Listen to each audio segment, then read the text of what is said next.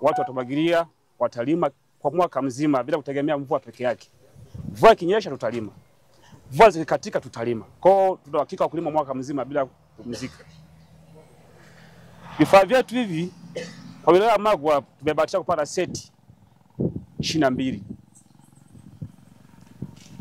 Seti hizi 22 zinaenda kwa wakulima moja kwa moja kwenye vikundi vyao. Na seti moja ina pampu moja kubwa yenye ukubwa wa 10 horsepower, maana ina pressure kubwa sana. Hii pampu inaweza kuchukua maji mpaka mita 500 kutoka kwenye chanzo. Ndani hizi component kuna kitu kingine kinaitwa mpira, ile pipe ile. Tunagawa kila seti moja, tunagawa mpira wenye urefu wa mita 500 pamoja na kifaa cha kunyunyiza maji inaitwa sprinkler au kinyunyizi. Kwa seti hii nzima hii tunaita G35 au G35.